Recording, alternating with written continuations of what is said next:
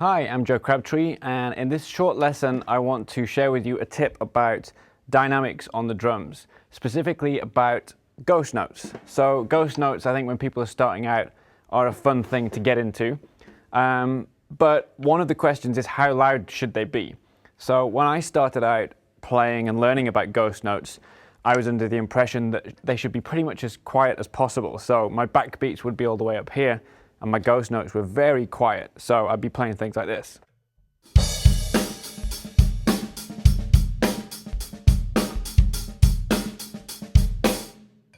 So the ghost notes were way down.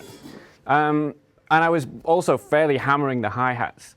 Now, these days I prefer to play the hi-hat quite a bit quieter, so if I'm playing a rock groove, rather than laying into the hats and those being the loudest things, I'll bring the level down a lot, and it makes the rest of the groove sound more powerful. So here's an example of bringing the volume of the hi-hats down.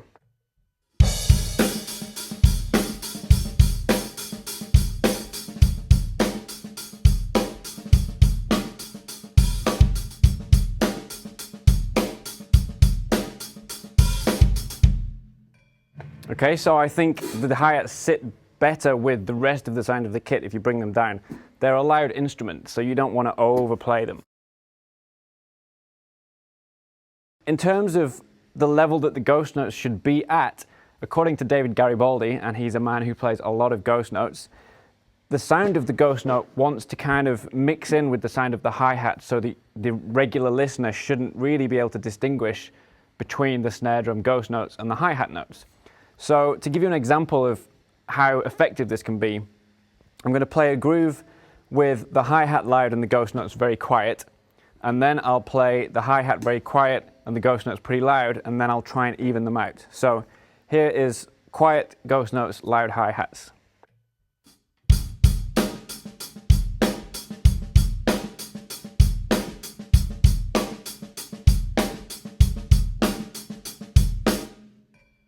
Now quiet hi-hats, loud ghost notes.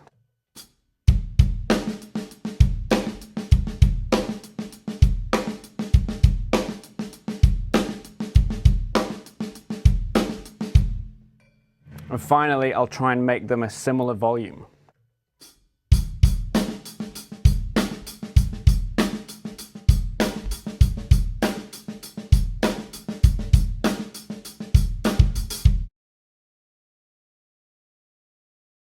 So one of the other things you can think about when doing this is the sound of the hi-hat. So if you have your whole weight of your leg on the hi-hat and you're playing a very tight hi-hat sound, and you have your snares fairly loose on the drum so that it's a kind of, there's a lot of length to the note,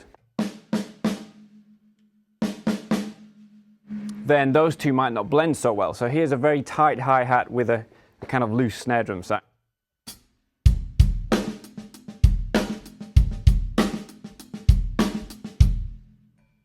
So if you want the hi-hat to blend in a little more, you can still play on the top of the hi-hat, but just let some of the weight off. So rest your foot on the pedal, but you can get some length out of the hi-hat note this way.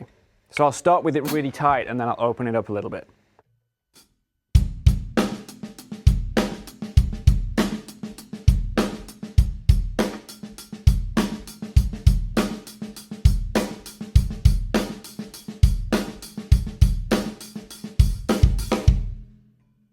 So there's these, a large variation in the sound you can get from what I would still consider to be a closed hi-hat. And some people have a preference for the very tight sounding hi-hats. Some people have a preference for, hi-hats with a bit more sustain. But that's the way I would think about it, is how long do you want your hi-hat note to last? So combine that with the balance of the volume of the ghost notes and the volume of the hi-hat, and you should be getting to the stage where your grooves can sound nice and together, for want of a better phrase. That's my David Brent drumming lesson for today. If you enjoy this and you want to check out more lessons, then visit my website, joecrabtree.com, where there's tons of stuff, many lessons a lot longer than this, going into a lot of detail about a lot of things. So come check it out, and I'll see you over there.